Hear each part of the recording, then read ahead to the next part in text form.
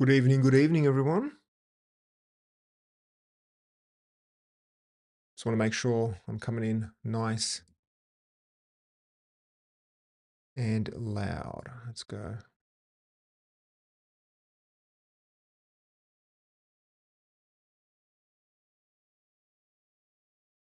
All right. Well, here we go.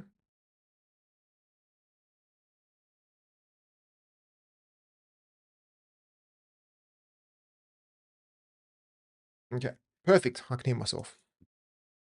Gonna take my headphones off. Bring the mic in nice and close. And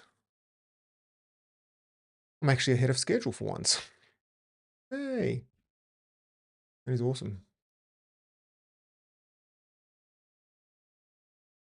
Okay.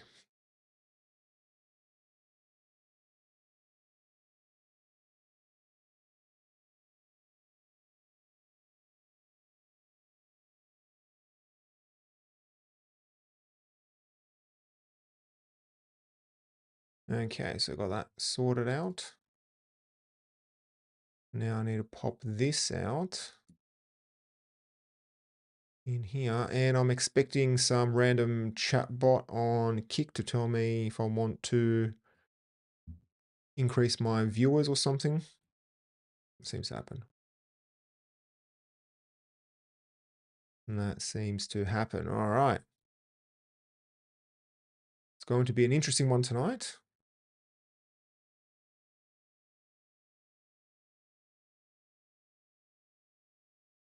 Okay. For once, we're ready to go. And it's 2 minutes ago. Look at me. I am ahead of schedule.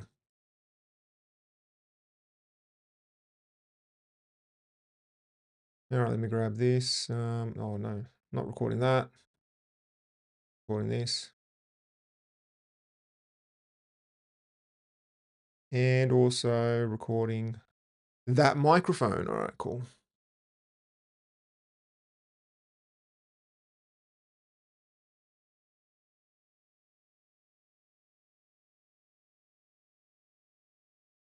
Okay. So, and finally, we have this.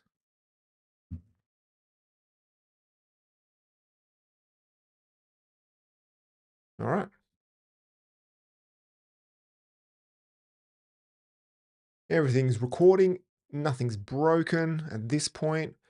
Oh yeah, let's hope the OpenAI status. Let's have a look at that, shall we? Oh, okay. APIs. Oh, it doesn't look the green. Oh, that's actually... No, today there's been...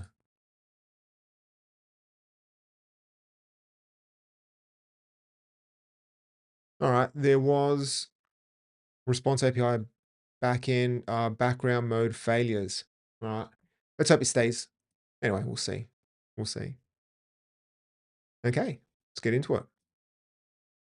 Let's get into it. If you have any questions, please chuck them in. I'm more than happy to answer them. Now, before just before we begin, I just want to mention, because I have to pay the bills, that I do have a premium community over at webwash.net. And I'm slowly putting on, uploading a lot of these live streams, which are ad-free and available in the courses area. So you get access to all of these live streams, which are cut up as courses. And the next one is AI Automators, which I've pretty much edited, but I just need to upload it. And is a one-time payment of 99 euros for lifetime access. And you get access to also a community as well, which I want to kind of build out. But I need the people essentially to kind of build it out. So if you want to support the channel and also have all future, if you still want all future live streams to be free and all that, all the current live streams are going to be free and all the future ones will be as well. Come and support the channel. All right. So with that, let's get into it. So Drupal CMS version 2, alpha 1. That was released, I believe, around the last DrupalCon, which was Vienna. So I thought to myself, let's take a look at it and see what has changed. Because I remember when it was announced, the Starshot initiative, and then the version 1 of Drupal CMS came out. And now we're up to version 2. And the biggest change for version 2 is, of course, Drupal Canvas. Now, for everyone who doesn't know what Drupal Canvas is a new page builder essentially in Drupal. Now, previously it was known as Experience Builder, but they had to change the name due to trademark policies or something like that. So now it is called Drupal Canvas. And Drupal Canvas, believe it or not, there is a release candidate 2 for it. So it is pretty stable from what I've heard. Apparently it is being used within Acquia already. So if you want to learn more about Drupal Canvas, check it out at drupal.org/project/canvas. And if you want to have a play around with Drupal CMS, just click into the 2.0 alpha, and to run it, to install it, all you need to do is create a folder and then just run these commands. So you just jump in. Of course, you want to use ddev for your environment, and then you just run a few of these commands. And if I jump over then to here and the README, you then want to unpack it and then launch it, and that will pretty much give you the installation page. Now, I was going to do it live, but in the past, I've been bitten before by Composer, all of a sudden pulling in a brand new module update, which then happens to break something. So I don't want to do all of that now, but what I will do is show you what the installation looks like, because things are different for version 2 of Drupal CMS. So if we jump over here, okay, we have the standard installation. There's nothing really fancy about this, right? It's still the good-looking installation page. Now, I remember when the Drupal installation page was lacking, if you would call it that, where it just looked pretty plain. But this Drupal CMS one looks pretty good. All right, now let's just enter in the names. I'll enter in Drupal Canvas, and then you click on Next. And now you get to choose between 2 site templates. You have Starter, and you also have Byte. All right, we've got our first comment here. What do you think of using ddev Docker when developing in Mac? I would highly recommend to use ddev and Docker on a Mac.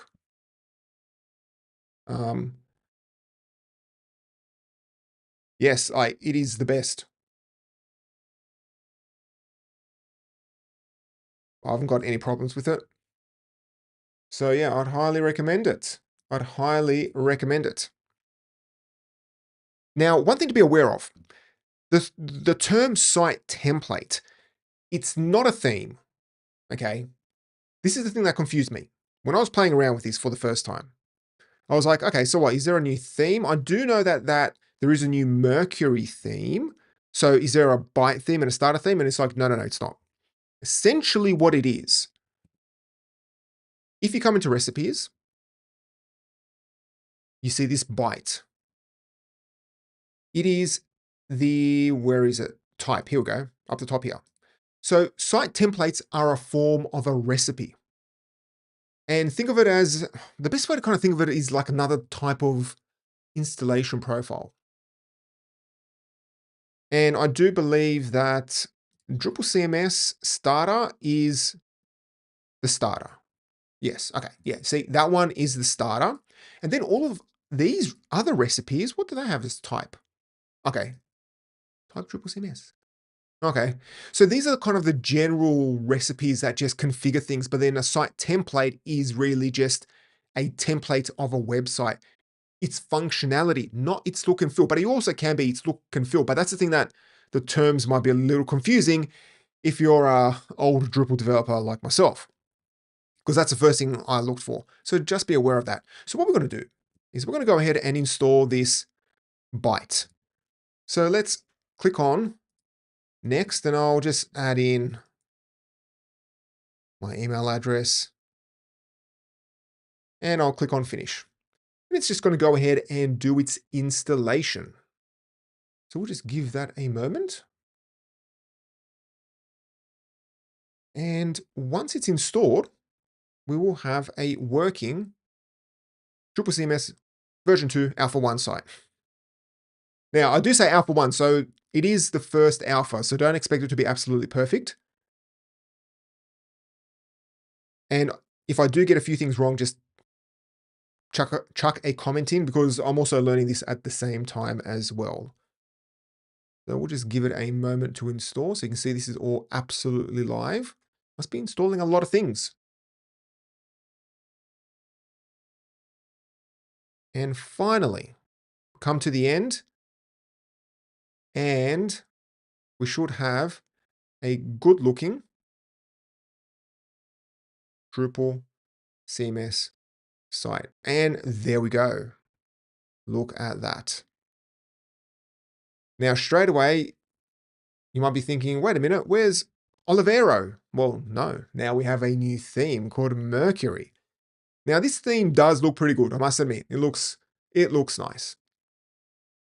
So that's the new theme. So let me open this up in incognito so we can see it in its full glory. So you got this nice little header, got these 3 items in a grid, icons, explore. It's pretty much just a good looking agency type of website. Now, I understand this isn't groundbreaking, but when it comes to Drupal sites, a lot of people complain about, Drupal sites don't look good. Well, that really comes down to the design, really. I'm not fussed about the design. I just want good, I don't know, configuration management or something. I don't know. So then up the top here, we have a few pages. We have feature. We have all these components. Got this like teaser component. Then we have, no, where is it? Pricing. Nice pricing table, which is pretty cool. Resources, blog, and contact. And this is all controlled by Drupal Canvas, by the way.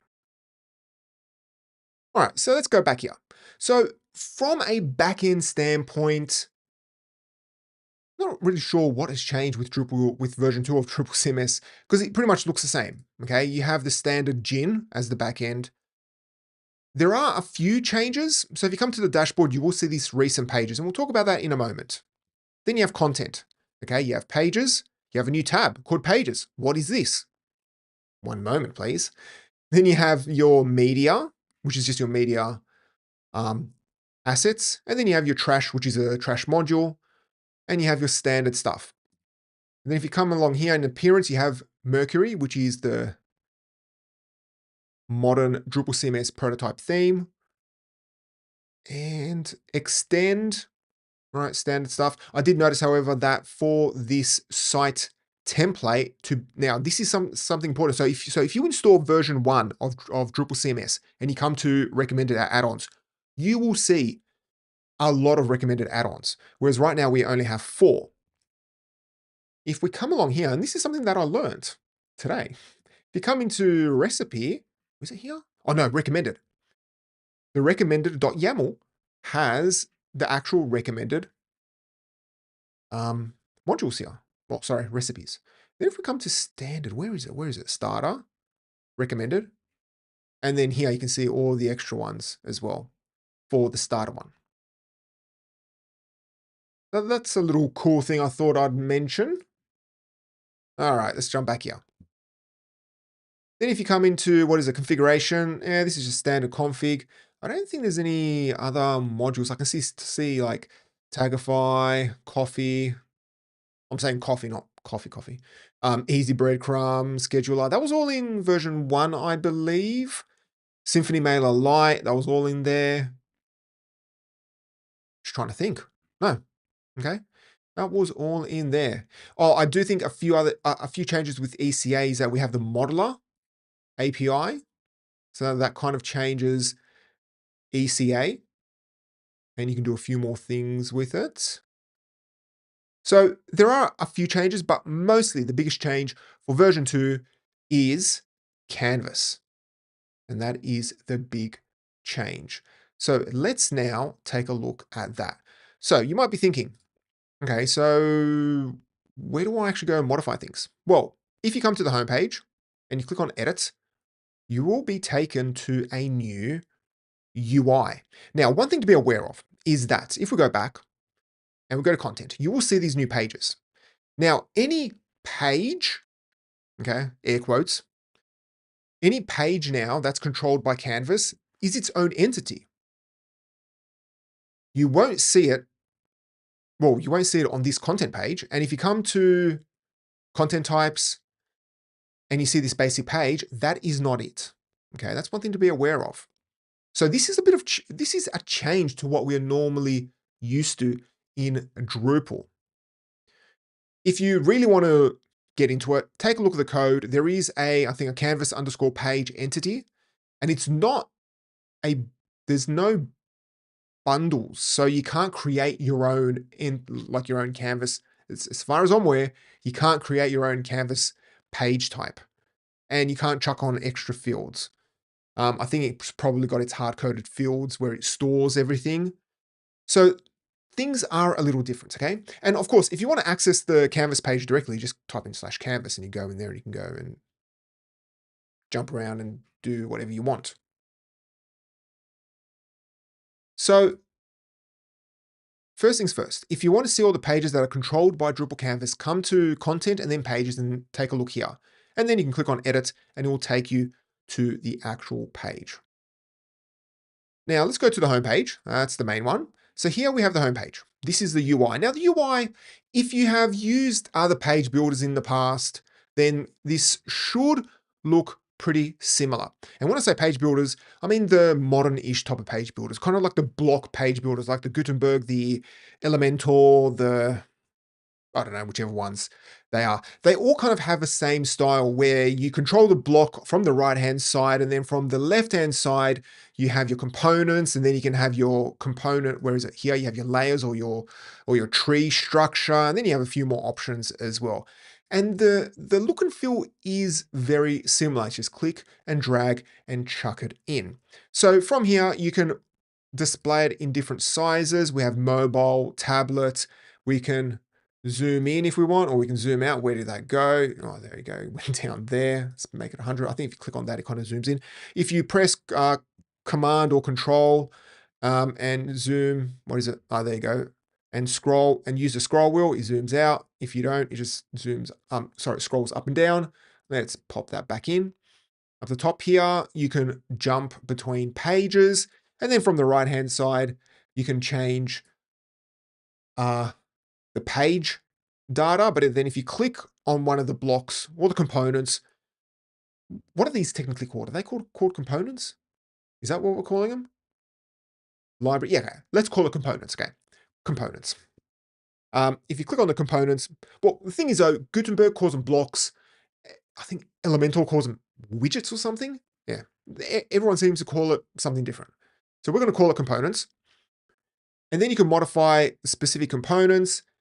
And then you can view the preview, which is actually pretty cool. Now, finally, you know, Drupal's going to have a proper preview because I can't be the only one that literally starts a Drupal project and turns off preview, because I know that it's never going to work and there's always going to be bugs coming in when an editor uses a preview feature and then complains about it. So I always turn it off.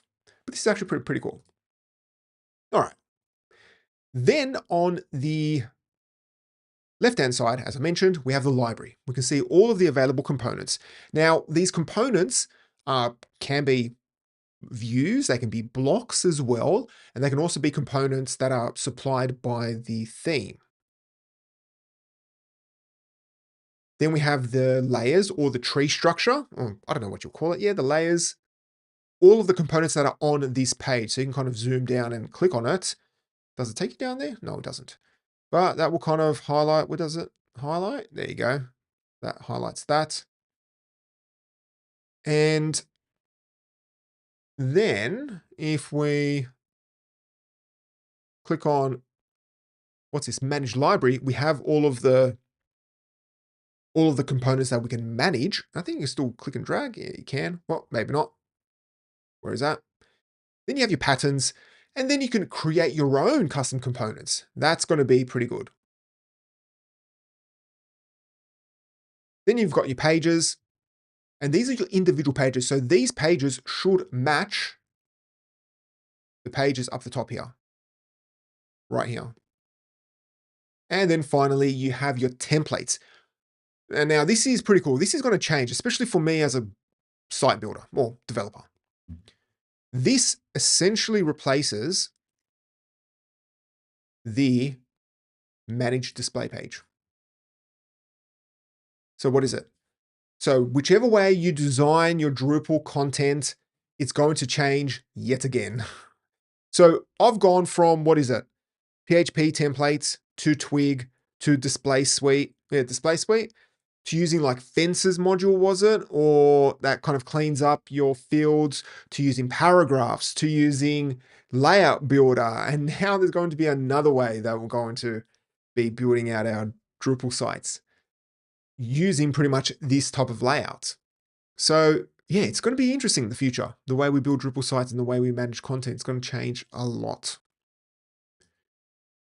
So that's the UI. Now, of course, the best way to just use this is to just get in there and build something with it. So let's go to pages and make sure we're on the home page. Okay. And you can see that all of the components, most of them are purple, but then you do have this header one. Header is green, and footer right down the bottom here is green as well. And these components appear on all the pages. So let's go ahead now and just add in a button next to the menu. So what we can do is click on the plus icon, double click into header, and you can see now we are editing the header. If you take a look up here where the home button is, where the home dropdown is, and you then double click on it, you'll see that now you're kind of into a grouped, we call it like a grouped component. All right, so let's grab button, let's move it across, and it does kind of snap in, and we've got a button right there. And then we can add in a button called sign up. We can add a link. I'll just put a test link in there for now. And then you can make it smaller. You can also change the icon direction, and you can also put in these other icons as well.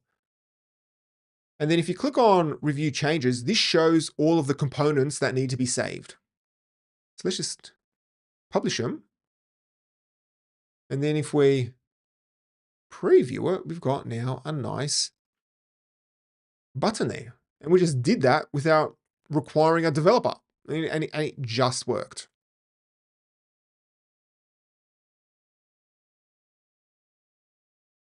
All right, so I've got a few more, so I've got a few comments in YouTube. So please bring in your comments. Okay. Page structure. Oh, I think that's referring to when I was waffling on about, yeah, the left-hand side, and then hello from Brazil. Wow. How you doing, mate? How you doing? So adding this stuff to the header is easy. Let's now chuck something into the footer. Again, scroll right down to the bottom. Double click in the footer. And let's put a bit of text in there. And kind of snap it in. You can see that sometimes trying to figure out where things can snap in. Again, this is just my experience from using these kind of block editors. Like if you use Notion or something like that, they're very similar. They're kind of like snapping. Sometimes you might be able to snap it in between, but you can kind of see that, yeah, it kind of snaps in there. Add in a bit of, text goes here, and you can make it bold, and then chuck it in there. Save it, save all, and you're done. There you go. And now if let's go to our home page. And we have our header up the top here. We'll click on pricing page. Again, it's changed up the top here. And then right down at the bottom, we have our custom bit of text. All right, a few comments. All right, I just threw this in. If I'm allowed, Canvas. Oh, yeah, just chucking your questions. Yeah, that's fine. That's cool. This is the whole point. Please put your questions in. I don't care. It's like this is just meant to be relaxed. This is all meant to be relaxed. All right. Canvas responsive, breakpoints. That's probably controlled by the theme level. So about canvas responsiveness, breakpoints, that's still controlled by the theme. Understand that. There is still a full theme behind this. So if we take a look at our code, let's go take a quick look at it. Where is it? Theme, contrib, Mercury. You still have a whole theme. So now, one thing to be aware of, this is using Tailwind, which is awesome. Some people may or may not like Tailwind, depending on how many classes you can handle on an element. But this is just the theme at the end of the day. And you can see all the components. These are all of the available components. This is using the standard, single directory component. So there's two types of components. You have the SDC, which is a standard single directory component. And then you have your code components, which are built in JSX. I don't want to say React because it's not technically React. I think it's Preact, which is like a version of React. But these are your components. And you have your good old fashioned Drupal. Look at that. That is fascinating. Such a little amount of templates, which is fascinating to me, which is absolutely fascinating.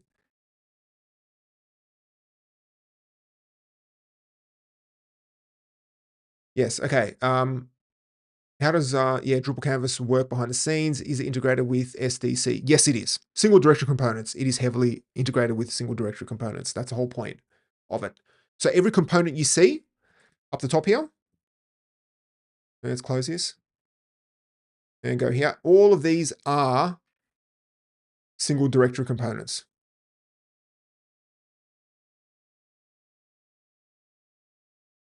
So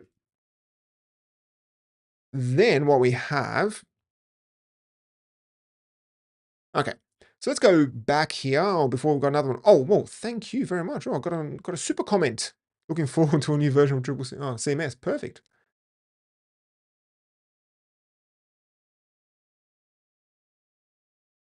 Thank you very much.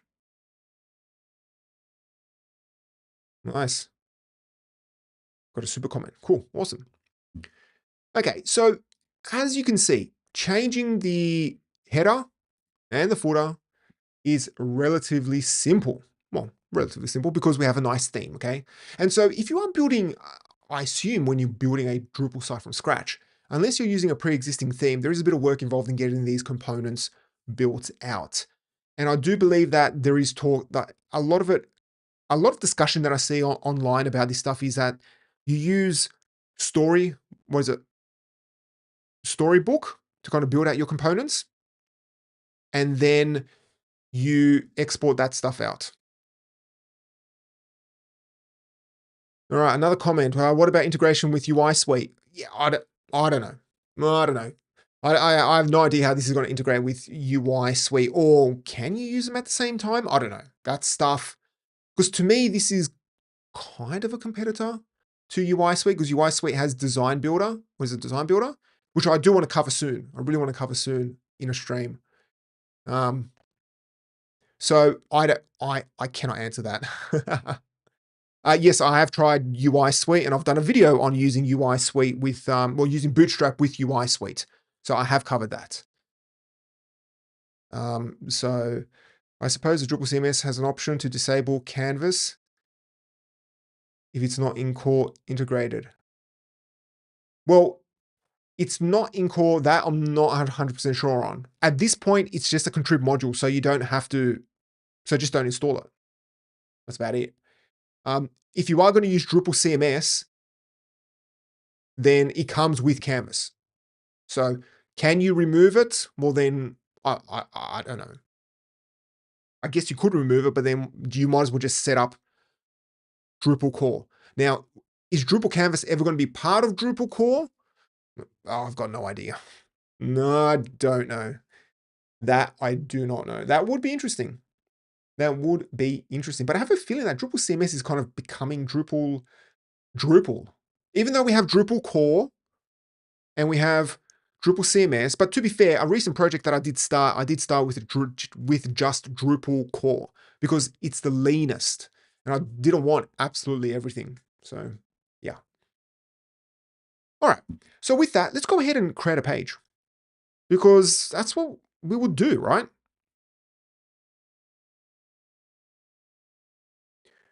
All right. Comments are coming in now. Okay. Why would they keep layout builder? Well, no, the whole point is to phase out layout builder. This will replace layout builder. I'm 100% sure of that. So yeah, this will fully replace layout builder. So I do kind of see this as just the new, I don't want to say layout builder 2.0. Well, I have kind of said that in the past, but I feel like this is a new iteration, kind of like a new way of thinking of layout builder essentially. So we'll see how it goes. See how it goes. All right. Oh, what happened there? Sorry. macOS does that. I hate it when it does that. When you just slowly tap on the side. Anyway. All right. So let's go ahead now and create a page. Okay. So what we're going to do is we're going to come into pages and click on new page. And let's call this one FAQs. And on the right hand side here, we put in our standard fields.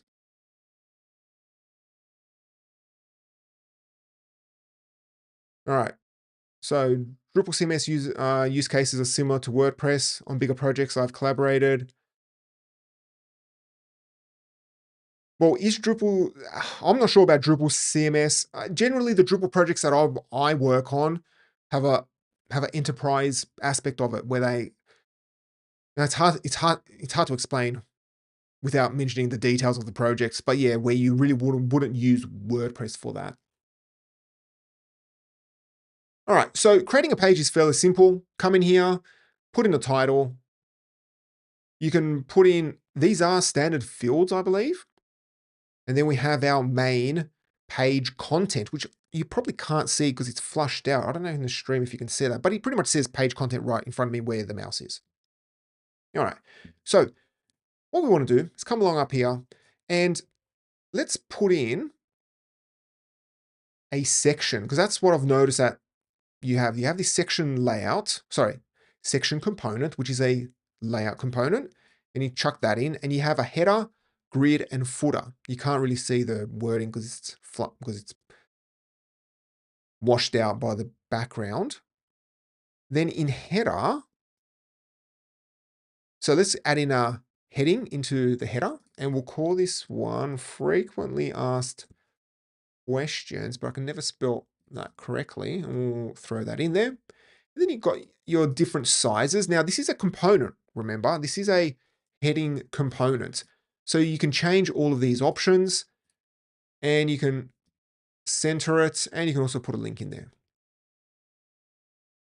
Then we can put in a bit of text. Well, let's put a little bit of text under, but still in the header.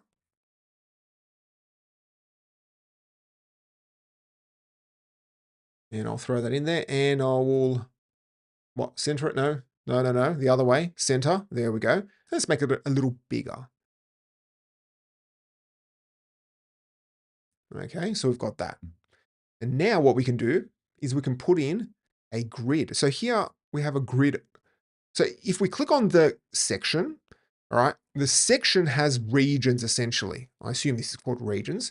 And then the content layout, we can control the grid. We can go 50 by 50. And let's put in an accordion. So where is it? Where is it? There is an accordion here. All right. So we have an accordion container. So let's throw that in there. And the reason why it's on the left-hand side is because I've put in 50-50. And we then put in an accordion section within the accordion container. Then we put, a collapsible section. Let's now put in another collapsible section up the top there. And then if we go to the page structure, we should make sure, and this is why the page structure is pretty important. You then make sure that's under accordion content. And then you can go ahead And where is that? Question 1. And we can let's put in there question 2. Question 2. And let's just throw in a bit of text within that prop essentially. And well, no, that's a slot technically. And we'll just throw it in there. And there we go. All right, another question. All right, can you add custom CSS classes per item? On some components, I think you can, but again, it comes down to if the component allows it. Now, I'm sure somebody's going to create a module where you can do it. But at this point, no, not really. All right, so let's go ahead and save everything. And let's take a look at our page. So here we have an accordion. Look at that, look at that. Now, we can exit this and let's make the header, no, sorry, the first one open by default. And that is open by default. Awesome, okay? Simple. That was actually pretty easy to make. Now, because this is a 50 by 50, so it's 2-column, we can set it to 100, and it's just gonna go full wide. We can set it to 75 by 25. Can you actually click and drag? No, you can't. That's hard-coded. Oh, okay, that's fair enough. And then you have 3-column. Okay, that is pretty cool. That is pretty cool. And if we put in 50 by 50, let's also put, let's chuck in a background. Why not, eh? Let's see what it looks like. Oh, it's a bit too flushed out. Can we add no, we need to put a darker color. Oh, that looks pretty cool. Look at that. Look at that background. Nice, nice, nice, nice, nice. All right, now in the, oh, okay. See, now if I want to add in a background color, oh, I know what I can do. I know. But let's just play. Let's just continue playing with this. Okay, now we do have, wait, where is it? Group. So now what I want to do is add in a group. Here we go. Now the reason why for a group, because we can change the background color. Then I can chuck in, where's a web form? I can put a web form component in there. And I do know that there's a contact us.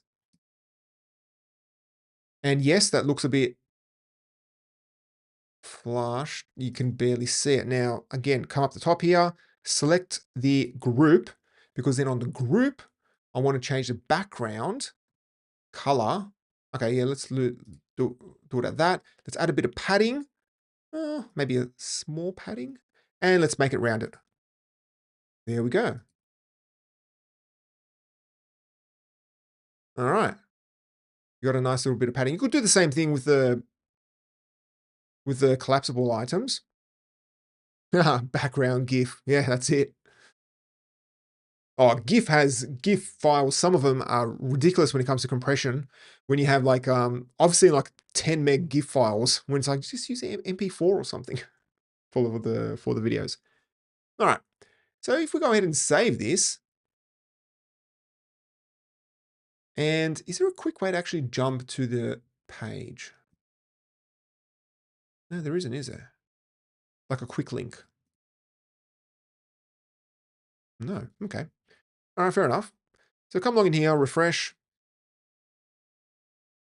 Where is it? Where is it? FAQ. Open up incognito. And we get this. All right, we could probably put a group, put this accordion in a group, fill this out. And I do know, let's have a look and see how this looks. Because I think last time I did play around with this, there was, yeah, I mean, that styling needs to be fixed up for web form. So you are going to have these like compatibility things that you need to kind of fix up as well. All right. Well, that's been submitted. All right. Comment. Okay, what is the final JavaScript size? It's optimized. Well, if we take a look at the sizes, let's go to the home page. Well, no, let's select a page that doesn't have too much.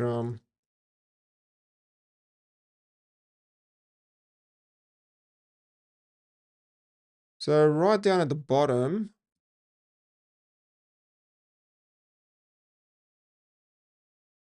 Well, I don't know if you can see that. Probably my face is, where's my head in the way? Not really. Okay. Up the top here, yeah, I mean, jQuery is the biggest. Oh, good old jQuery. Yeah, I don't think it's that big when it comes to JavaScript sizes. jQuery is still the biggest. Wait, which one's widget.min? Oh, friendly challenge. Okay. Oh, that's the captcha. Oh, okay, that's the captcha. And then this is all the other stuff. This is using, I think, Astro. So, meh, it's not that bad in size at all. And of course, it is using, I think, V. There is a build component to it as well. So if we come back here, there are now other cool looking components you can throw in. So we can chuck in, where is it? Where is it? You hover over it. Wait, where did I see it? Where's it? Here, okay. You have, you do have these like big hero images, side by side, grid, section, grouping. You do have a lot of these. So if we pop that in there, let's remove that one. But it's like a nice big hero as well. But again, this comes down to the theme that you are using. So your Drupal site is only going to look as good as your theme, which has always been the thing about Drupal sites. And that's why, it does make sense to say, Drupal sites look ugly. It's like, yeah, because you don't have the correct theme. That's why. All right. So that's how you create a page. And that is how you create a page.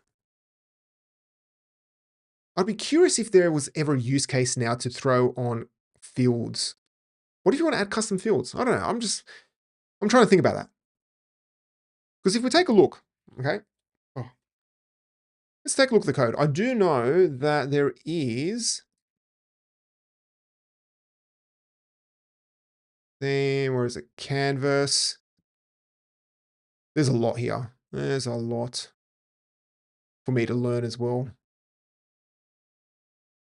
Entities, and you do have, what is it? The Canvas. Is it here? So under entities, page, there you go. So this is, I believe, the content entity. And there are probably properties on it. Yeah, there's base properties like title, components. And then you have all of this stuff here as well. Yeah, there's a lot there. All right, comment. And what themes do you recommend? I have no idea. I don't know which themes are compatible with Canvas yet. No idea. If you're looking for general themes, depends what you want. Do you want Bootstrap? Do you want Tailwind? Depends. At this point, everything's in kind of flux now. Everything's kind of in flux.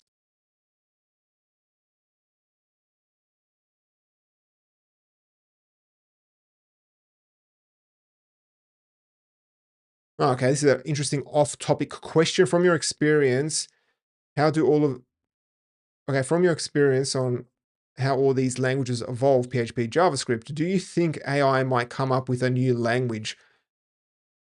I feel like we're slowly drifting away from code due to AI. Oh, that's a pretty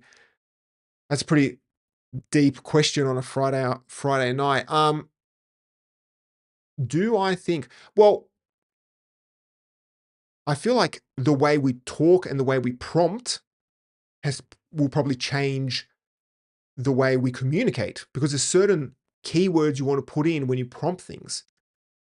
Now, there has been, I think, evidence of AIs talking to each other and coming up with like a secret language where they can communicate much faster. I've heard about that. Will it come up? Will AI make its own language? Well, absolutely. I mean, once it's going to happen, maybe not next year, but eventually, why not? Like, they have let AI build things, and they've 3D then printed those things that they've built, and it's all been building funny ways. So absolutely, it could happen. Or maybe it'll just be an iteration on top of other things. Who knows? That's a very interesting question. I like it. I like it. All right. So the page has been created. Let's now go ahead and create a content type and modify the look and feel of the content type. So let's do a bit of old-fashioned site building. Let's create a content type. And I'll call this one task. And oh yeah, one new thing I noticed, I think I do believe it's version 2 of Drupal CMS, not version 1, but version 2, is that it does automatically create these fields. And there is a ECA model that adds them. All right, let's add in tags. Don't want to recreate it. Let's also add in content. And let's create a new field. I'll call this one estimate. And let's create another one, select list, and we'll call this one status.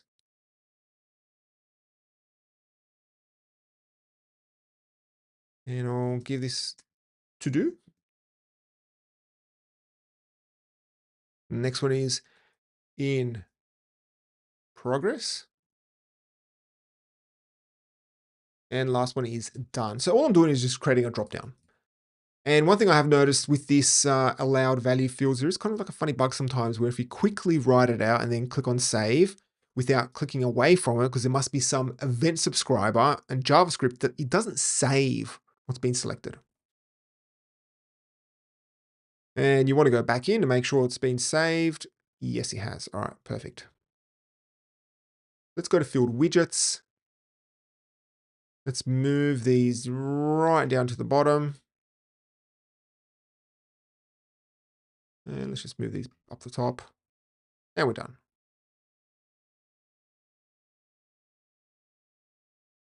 And let's just throw in estimate. All right, done and dusted. And if we come here, we should see task, and we can see our task. So what is this? Task 1, to do, 1 day. And I'll just throw in some stuff. This can be tag, well, right down the bottom, tag 1, tag 2, okay?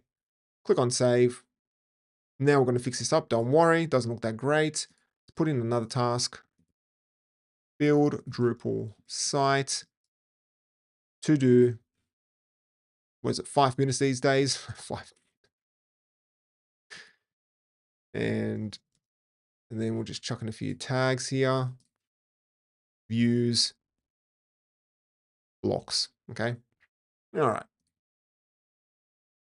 Cool. All right. So we've done all of that. Now let's go ahead and configure this. So what we can do, let's refresh. Let's go into templates and you'll straight away see tags. And if we click on add a new template and then select our content type, we do get the full content drop down. Now, one thing that you'll probably figure out is that for certain content types, you can see here that we have a card template and a full content template. Now, I assume these are just the view modes because there is a view mode called card. And there is a view mode called card on page, but we can't select it. So I don't know if there's some extra configuration. Maybe it can only be done through config. But for now, we'll just stick with full content. So we have our full content. And so if we save this, what do you think is going to happen?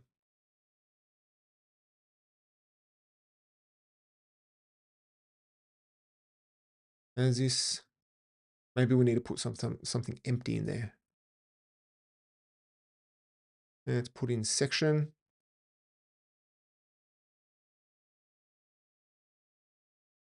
And that's published. And if we refresh, all right, there you go. It's disappeared. And I just noticed up the top here, you can preview it using a particular, an actual specific piece of content. That is pretty cool. That is awesome. That is very good. All right, so let's go back here. And what we're going to do, let's throw in, well, a breadcrumb first. Always accessible. What is it? Usability. All right, sometimes this happens. Just refresh it. Just refresh. Breadcrumbs. Let's throw that in. The breadcrumbs at the top.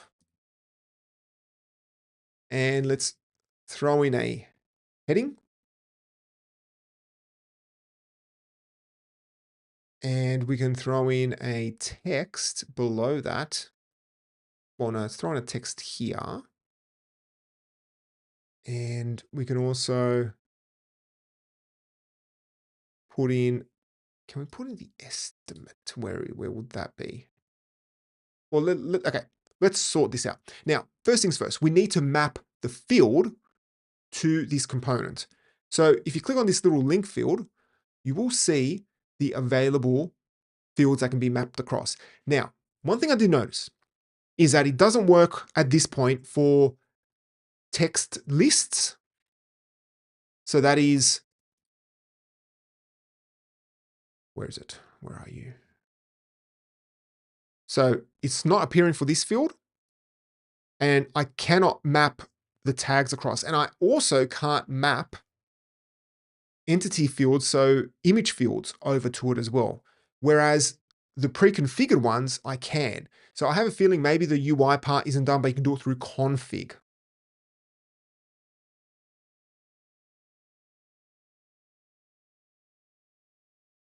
Okay, I've noticed some minor / major. So which one is it? Is it minor or major issues?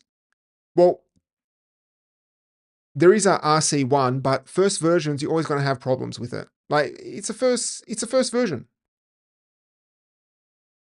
The way I like to put it is no one actually enjoys, like, forget Canvas, okay?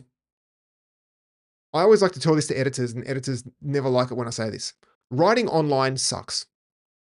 No matter what. There is no system out there that makes writing fun. You just deal with it. You just learn the quirks of it. Now, this has nothing to do with Canvas, okay?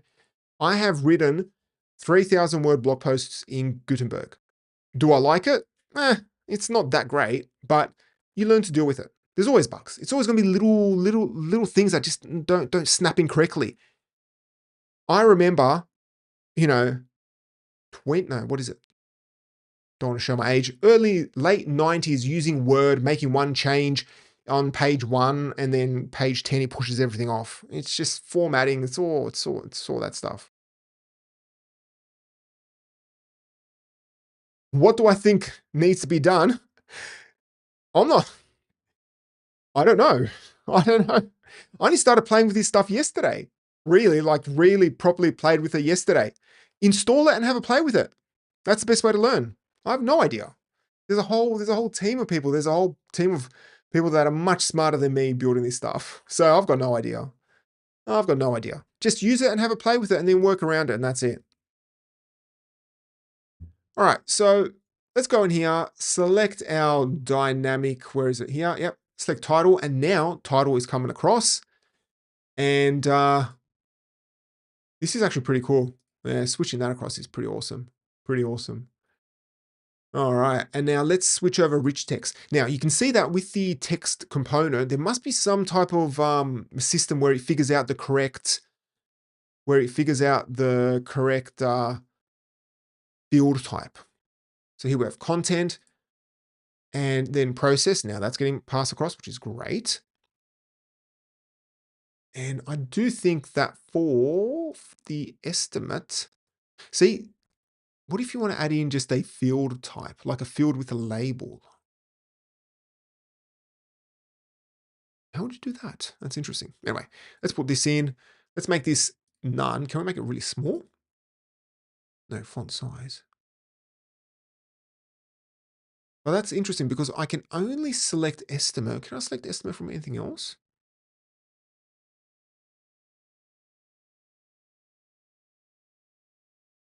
No. Oh, maybe you can put badge. Oh, here we go. Look at that. Look at that. what is a icon? What's a good robot 5-minute estimate? Yeah, but what if I want to put a label in there? See, you'll probably have to have a component for that. Yeah. Anyway. Okay. So that is that. All right. Now let's save this. That's pretty cool. That's pretty cool. Come along in here. Where is it? View. Where do I go? View. Save. Pages. And we've got our nice little estimate down here. All right. We've got a little alien here. Is that a button or is it? Did I put a badge in or a button? Oh no, that's a button. Oh no, it's a badge. Anyway. Okay. So there you have it. That's just like a little basic build out of a content type. Now let's create an actual component. And we're going to create a simple component for this, well, simple one. And to do that, what we need to do is go to this manage components, code. And then you'll see here, code component. And we'll call this one task summary. And here is a bit of JSX. Well, this is the JavaScript, but it's essentially like the React style. But it's not React as far as I'm aware, it's Preact. That's what the documentation says. And this is pretty much a little editor where you can go in here and make your changes. So let's go ahead. And from the, I hope you can see, let me have a look. Yeah, you can just see it here. From the component data section, you have props, slots, and also data fetch. Now the props are just like props that you pass into a component. If you've done any like React work before, you would understand what that means. You just pass in a variable to it. And a slot is where you pass in other components into it as well. So it's an area where other components can go into. Now, this does follow single directory components. Single directory components has a similar concept. If we go here, let's go, I nearly threw my mouse off the table. All right, where is it? Themes, single directory component.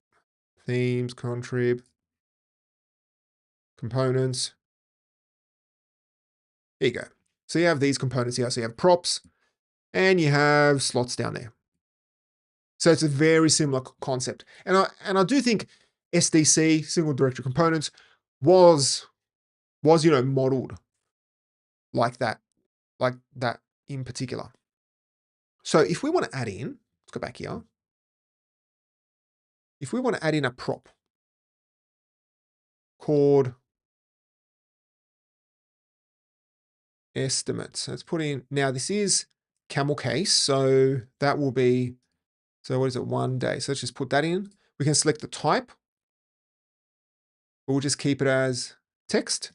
Now, if we replace this with estimate, now you'll see that nothing's kind of working, but then you'll see that here, it's going to complain about things. Okay, you can't find estimate undefined. And that's because we need to just pass it in. Estimate. And then that appears there. So you need to see the preview for it to work. Okay, that's the first thing. If you don't see it in the preview, it's not going to work.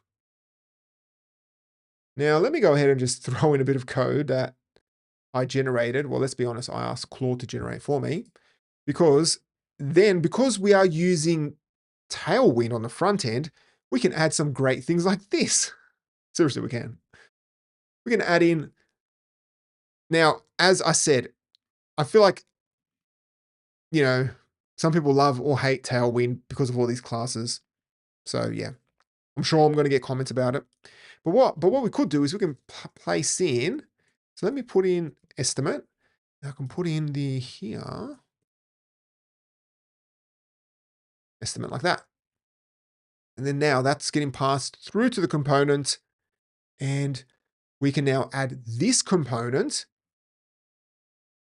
to our page because this is a This is essentially a code component. All right, a comment. All right, this might be a beginner's question. That's all right. We're all beginners. How do modules and components differ in Drupal? In what case would I choose a solution, pricing table versus CRUD? All right, so, well, from a Drupal standpoint, a module is a bunch of files that kind of ship functionality, whereas a component is something that appears on a page. The word module is thrown a lot around. Now, it depends with your pricing. How are you using that pricing data? If you add it as a component to a page, you can't really query it because it's just added into a single field. Whereas if you add it in the database and you have like a pricing content type or something like that, then you can query that content. So you may want to treat it differently. So again, it depends how you want that data used. Because if you have a e-commerce website, for example, the pricing will be on the product, and then you can query things like that.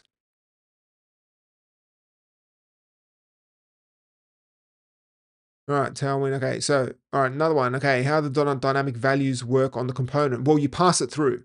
So here I've got a prop that gets passed through, and it gets displayed here. Now, again, as I mentioned previously, not all fields can be mapped across dynamically yet. So what we can do is we can now add this to the components. Now, there is kind of a steps in here. So you create your component, your code component, and right now, if it's saved, so let's just publish it. Okay, it's saved. But if we go here, well, let's go back to our page. And if we go to add, you won't see it anywhere here because you need to now add it.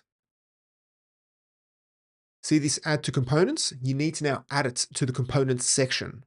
So you click on this and it's like this component will be moved to the components section and will be available on the page. So now it is available. So we can go here, go to add, scroll all the way down to the bottom. You will see our summary. We can click and move it across and it's going to be added. And these are our props, okay? We can come in here and make our changes, or we can put in our estimate there and it's going to be passed along. But again, I was planning to show how to pull tags in across this way, but I just couldn't get it to work. So I'm still learning this thing. There is another way, and I'll show you that in a moment. So we go in there, save it. And if we refresh, let's open this up in incognito, we can see our component right here. Now, be aware that this is JavaScript. So if we come along in here and switch off JavaScript, it won't work. Okay, it is JavaScript. And based off my limited hacking around, this is using a Astro, like an Astro Island, which is a component. So if we inspect that, where is it? Relative. Yeah, it's got like an Astro Island here component. And it's using some Astro hydration. Yeah, I mean, it's got a few things here. This whole rendering pipeline to actually render these items out. There's a lot to learn here. A lot of new cool things to learn. Now, if we want to make changes, this is where things get a little tricky. So let's go back here. So we can go in here and modify the code. We can change the code, but we can't change. Let me just move myself to the other side so you can see. We can't change. Well, can I move this up? Oh, I can. Oh, perfect. I don't have to move myself. There we go. We cannot change the props or the slots. And the reason for that is because it's already been added to a page. So you don't want to go in there and start changing your props because it's just going to break your site. But you can modify this code. So you can go in there, modify it, save it. Now, if you do want to change the slots or the props, if you go back, what you need to do is if you come along in here and go right click, remove from components, it's going to tell you that it's being used in content. Okay. So you just need to remove it, scroll down and go remove from components and you're done. Now, I don't know how easy that's going to be if you are using a component on 20 or 30 pages, or if you have hundreds of pages and you need to go through every single page. Maybe you'll do something where you can version control props or components, or just create a new component and just duplicate it, essentially. That's what you do. So then when you want to make a change to it, what you can do is come back to code, make your change. You can see here, you've got your change here. You can go ahead and do whatever you want. And then, yeah, you're done. You can go in there and add it back in. But just remember, as soon as it's added to a page, it cannot be changed. The props cannot be changed, but the code can be. So just be aware of that. Awesome and elegant component. Very good, very good. All right. Okay. So now let's continue doing a bit more site building. So if I go back, let's now create a tasks page. All right, well, okay. All right, so question is, I can't globally modify across all pages once a component is added and placed. No, you can modify the code, but you can't change any of the props or the slots because they are used. You can still change the code, but if you want to add in another slot, then you can't make that change. All right, so let's go ahead and create a view because you can actually chuck views in, which is pretty cool. So let's go in here, add, I'll call this one tasks, task, block, and we'll keep this very simple. Let's just keep it very simple. Now, if you want to learn more about views, check out one of our views, getting started with views in Drupal modules. Sorry, videos. There is a live stream on it. All right, so we've created our block view. Now what we're going to do is go back into here, pages, add page. And I'll call this one tasks. And I will add in a breadcrumb, a section, a header, latest tasks, and we should see our tasks view right here. And if we hit save and go to /tasks, we have our task view. And if we click on our task, we can see our task, but the breadcrumb isn't working. Let's fix that up. And the way to fix that up is to just make sure that the path has /tasks in it. So what we can do is go to URL aliases, search for pattern, select content, and this will be, what is it? Tasks, and then node title, and then tasks. And now we can come along in here and we need to just update this URL. So we just save it. That should be /tasks. There you go. The breadcrumb's working for that one. And that one's working. Okay. So now here we have our task. Okay. Simple, simple, simple. Okay. So our task, adding in views is just as easy as it is normally. Okay. You just create your view and you throw it in there. I'm sure if you created complex views, there could be some problems. I don't know. Just can't foresee any for now. But I'm sure if you start building out, things might not work as you expect it.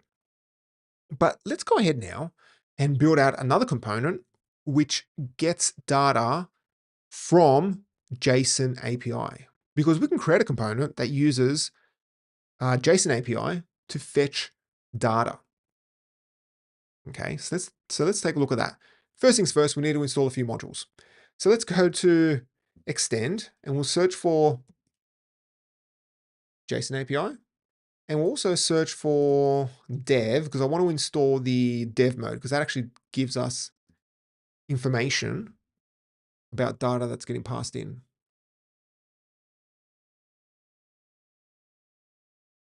So just give that a moment. And let's also turn off performance, clear the cache. And let's go ahead, development, and what is development settings? And we'll turn off caching as well. Okay, so that is all off. And I'll make sure that, because I think this is the first time I've actually ran the Drush CR. So I have to do that on every single live stream. Every single live stream. Okay. So we've done all of that. Now let's go in here and you want to do a big refresh because it's going to load up extra stuff.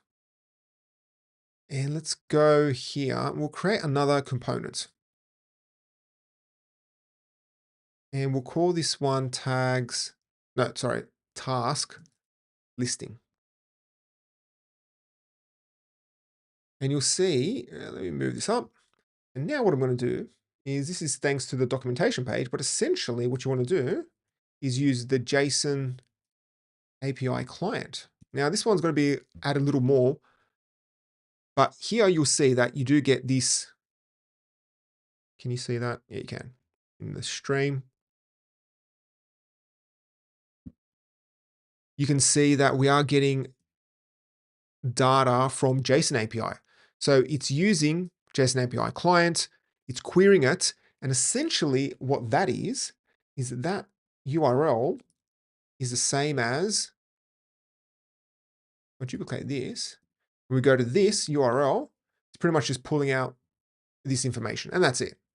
So it's got a JSON API task node / task, and then it's just including the field tags.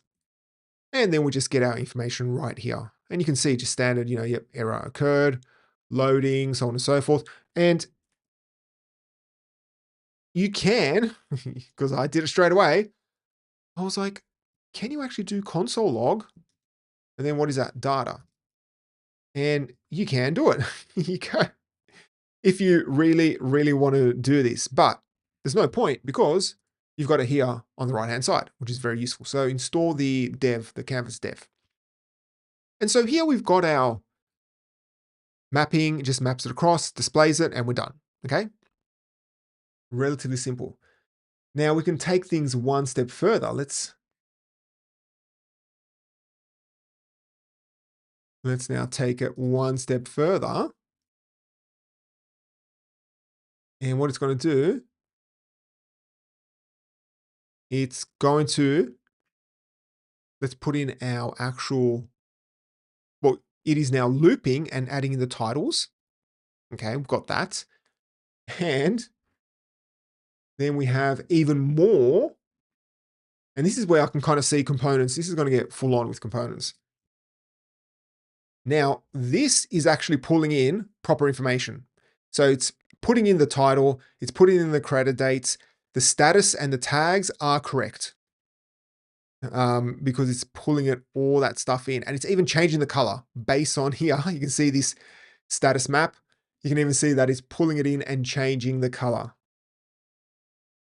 So, okay, so where did this data come from? It comes from JSON API. So there's a module I installed called JSON API that allows you to query this information just by going directly through JSON. So yes, it's coming from the database, but you're not querying the database directly. You're querying it through essentially JSON API. So now what we can do is we can save this. Well, no, let's save it.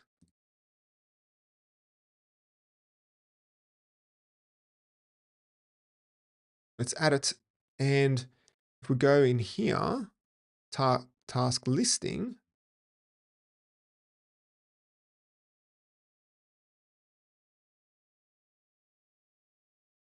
well, no, actually, I want this to go in there. There we go. And now we save this. We go to tags. No, tasks, sorry. Keep saying that wrong. And if we go to our Drupal site and change this to done, that should be a green. There you go. That's a green now. If we go to task 1 and change it to in progress, that should be in progress. There you go. Right down at the bottom. So yeah, I mean, the way we build Drupal sites is going to change. I keep saying that, and it's so true. Is it? I don't know if I did. I was watching a few presentations about Canvas, and they keep using the example of, we're giving it, we're letting editors go in there and create components. I don't think editors are going to be creating code components. I don't think so. It's great for developers, absolutely. Like, it's great for me, but I don't think. Yeah. Oh, the JS code was generated by AI. Oh, are you referring to the code that I put in there? If so, well, parts of it, yes. The querying wasn't. That was done by hand. And then just to create this Tailwind component, I just asked Claude to just give me a component, because AI is great at developing Tailwind components because they're just everywhere. So if we come along in here, edit code, this stuff I wrote, and then the rest of it using the documentation and things like that. And then the rest of it was, yeah.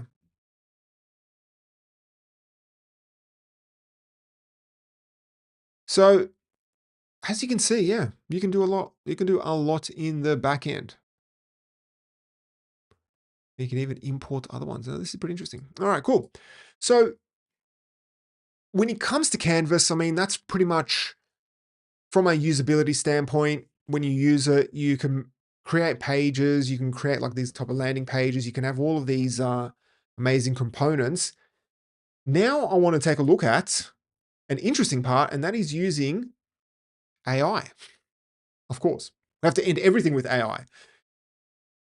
To use AI for everything, because there is an actual AI component to it. So if we take a look at the documentation, I do recommend, well, apparently this documentation's old. This is what I found out after doing a short little video. I did get a comment on my video saying that this documentation is old. So yeah, I don't know. Read it, don't read it, it's up to you. But it seems to explain a few things. So there is a Canvas AI module, but it is hidden by default. So you can only install it using Drush. So what we're going to do is let's jump over to our Drupal site, and I'm going to create, well, I'm going to install the AI assistant.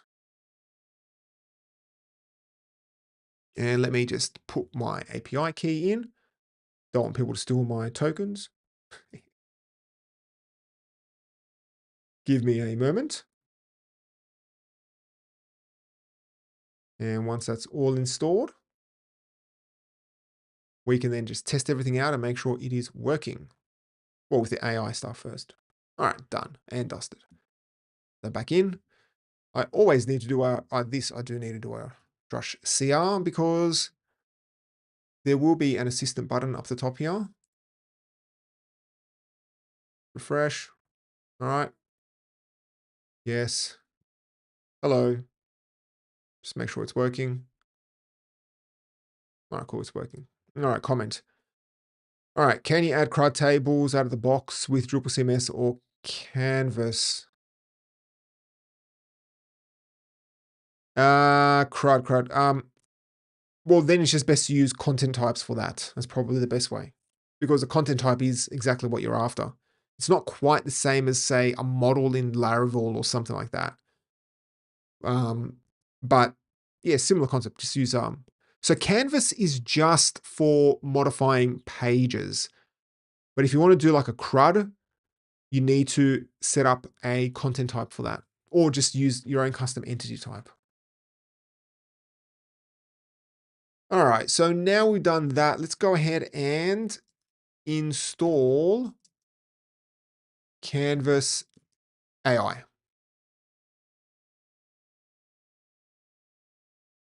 Let's just give that a moment. All right, that's in there. And I'll also, let me also switch on.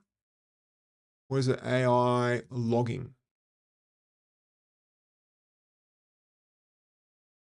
So we can log everything. It's interesting to see. Okay, so we'll come along in here. Let's go, close that. Well, we'll need to refresh that because I know it's been changed. Let's go here, settings, let's enable both. Click on save and we're done. All right, done. All right, is that a local AI? No, it's not. It's OpenAI. I just don't have the space for local AI. Like my hard drive is already at maximum capacity. I can't have another 20 gig sitting there and getting used up by a model. Okay, so here, now what we need to do, let's do a big refresh here. Now we do get this nice little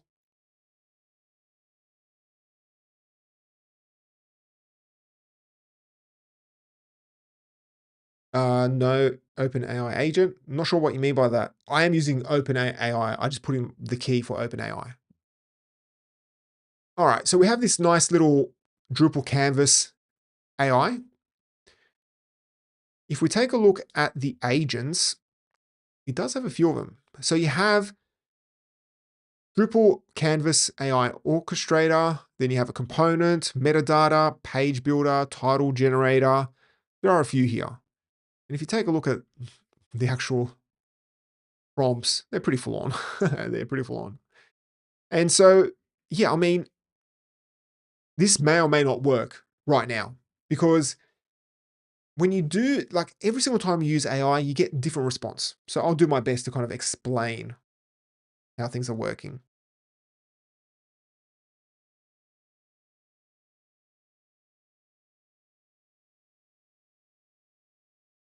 Why not GPT-5? Because I think GPT-5, I need to verify my identity for that. And I just haven't been bothered to do that. Because every single time I use it, it says that my organization is unverified. So yeah. Okay. All right. So let's, and also, yeah, I mean, I just use the default. That's it. Okay. Let's go back here. And what we're going to do. Apparently, you can create pages, but that's never quite worked for me. So let's go back here. And let's create a terms and conditions page. Terms and conditions page. And I'll add in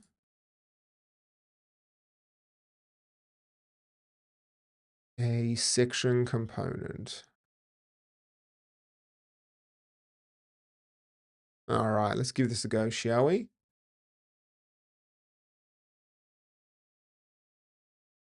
Let me just save it and make sure this is all correct. And can I actually pop this down? Can I fit this in? All right, cool. Let's see if this actually works. Pop that in that way. There we go. And now what I'm going to do is, wait, let me make sure I've got my dictation tool. Now I do. All right, perfect. Okay.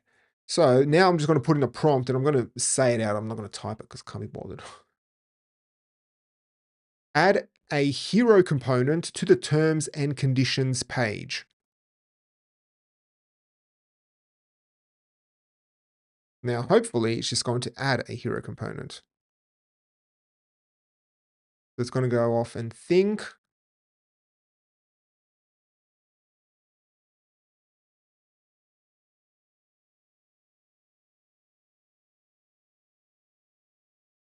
Let's give this a moment.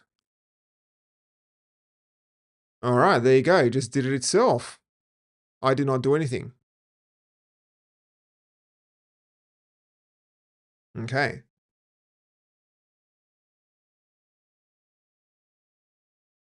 Add a pricing table with two pricing components, one component at $10, second component at $20 below the hero component. Now, this is probably asking for too much, but let's see.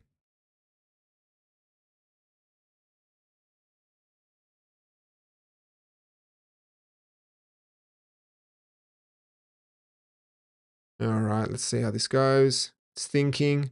It's thinking.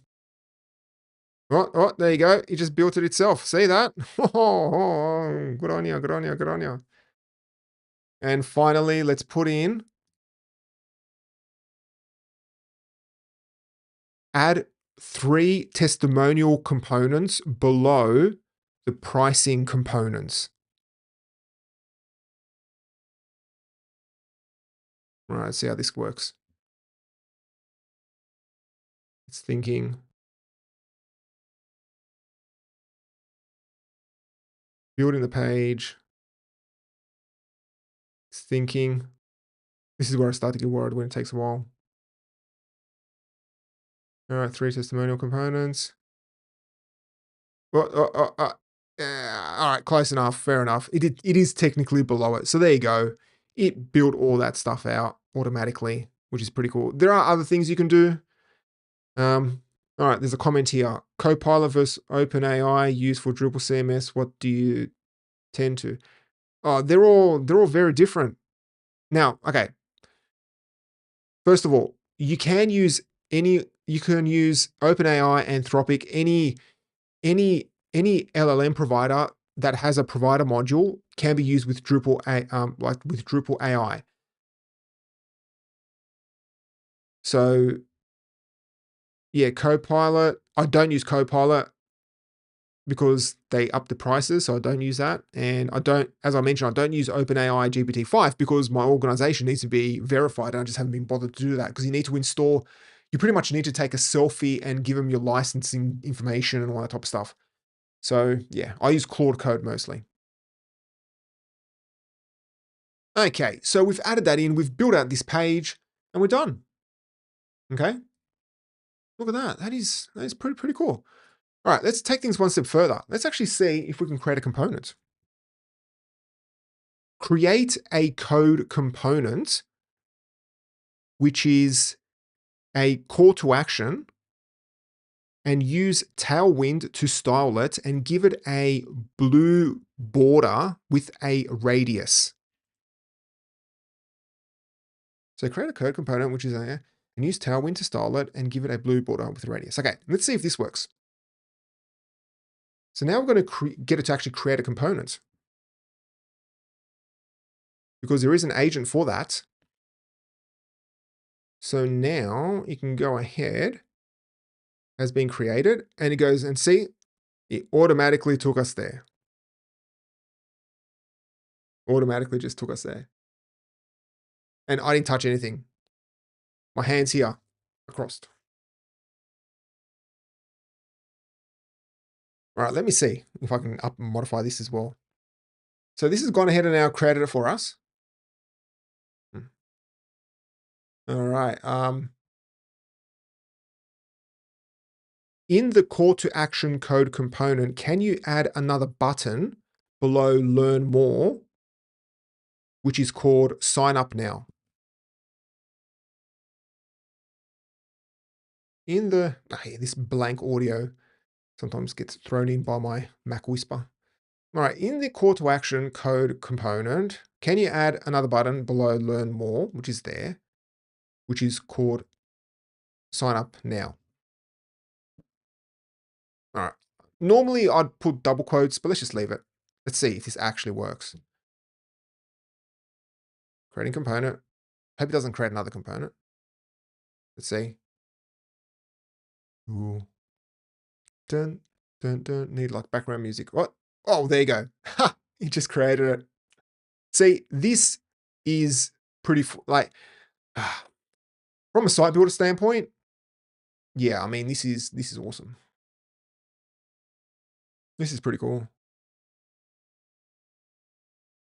Because it's just going to make our life much easier. Or maybe one company is just going to own it all and be the one and only Drupal builder. And then we're all out of jobs. Hooray. I don't know. Ah, so there you go. Now, if we take a look, let's take a look at the logs. Now, I did get something wrong in the video that I posted yesterday, just a short video. It's the output that gets used. I think, no, the input. We send a lot of tokens from Drupal to OpenAI. So that's where you spend most of your money on. Because if I take a look at, let me just bring up, well, the problem is I've been using it today, the usage. So chances are the usage is going to be high today.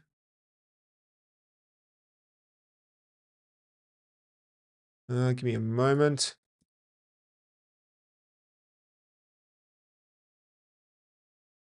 So yeah, I mean, today the input has been 500,000 tokens already. So 500,000 tokens. And if we go to, and which kind of makes sense because it's sending, and in the video that I posted yesterday, I did get it wrong. It is because I was saying it's the tokens that are coming out of, that's coming out, but it's the amount that we're sending because we need to send all that information to them. So if you come in here to logging and then view, you'll see,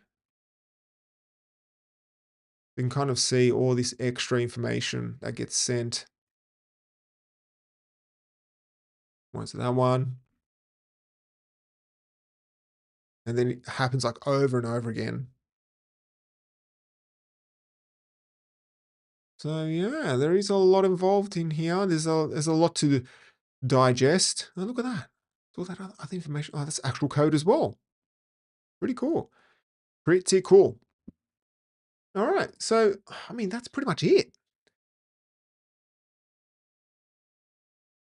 So I am pretty excited for version 2 of Drupal CMS. Well, that's, Drupal Canvas plays a huge part of that. And I think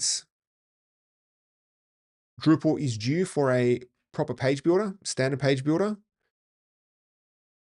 that I think the whole community can get behind, because that's the important thing. We all need to support it. So we will see. There are other ones that I wouldn't mind playing around with, specifically the UI kit one as well. I want to see that. We'll probably have a play with that very, very soon. So there will be a video probably for that coming soon. But other than that, yeah, I mean, I think that is it. Thank you so much for watching. If you want to learn more about Drupal, head over to webwash.net. If there are any other videos you want covered, please let me know. If there's any other topics you want to let me know. If there's any other topics you want covered, please let me know. And also, I'll just finish off by saying, if you want to support this channel and also more videos as well, just head over to the WebWash Premium and that stuff. Yeah, I'll be able to do this in the future. Anyway, that is it from me. Thank you so much for watching, and I'll catch you all next time.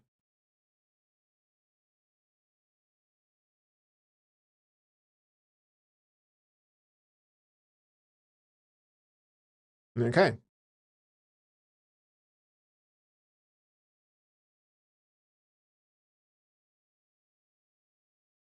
All right, cool, cool. All right. Oh, open router. Yeah, that's cool. That's cool. All right. Thank you for suggesting Claude Clode. I've looked at it so far, was confused to a point what to start with. Those, yeah, I mean, look, credit limits, they all have them now. The only reason why I stayed, like, I used Copilot for about 4 years. Oh, I kept it, I was using it like a couple years ago.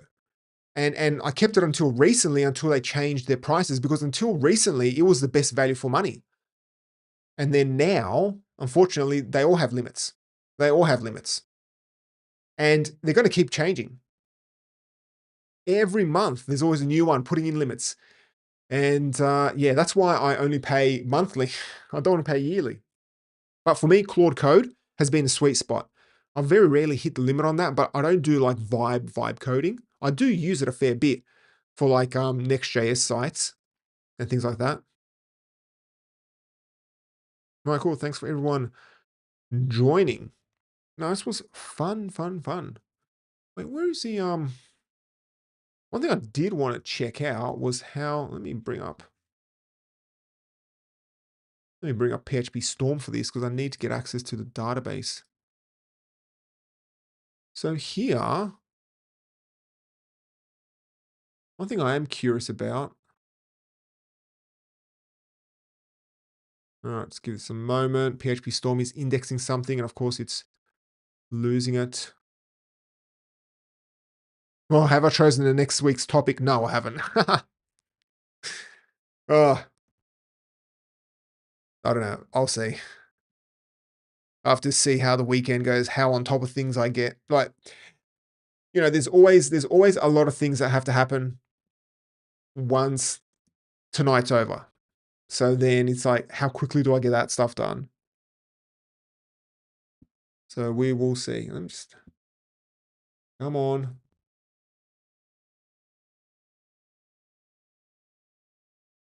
All right, so we've got this. And so if we come along in here, you have pages. Where's the components? So these are the individual pages.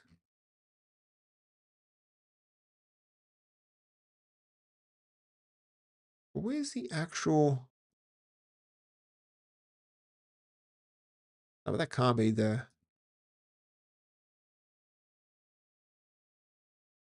meta tags. No, that's not it.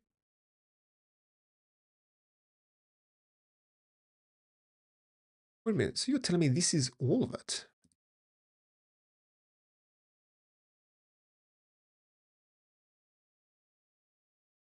Oh, wait a minute. Where's the page canvas? Which one is?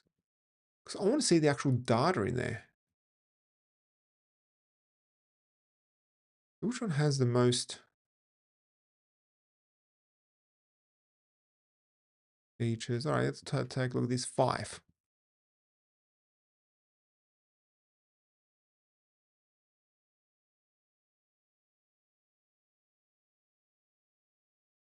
Oh, okay, I see. So every single, oh, okay. So it's not. Interesting.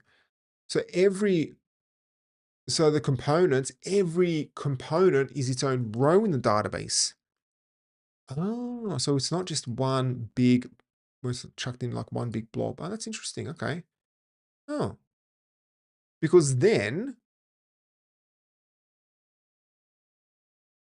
you can still technically index this. Oh, that's pretty cool. That is pretty cool. That's how it's stored in the database. Okay, I'll give that. All right. Well, thank you all for joining.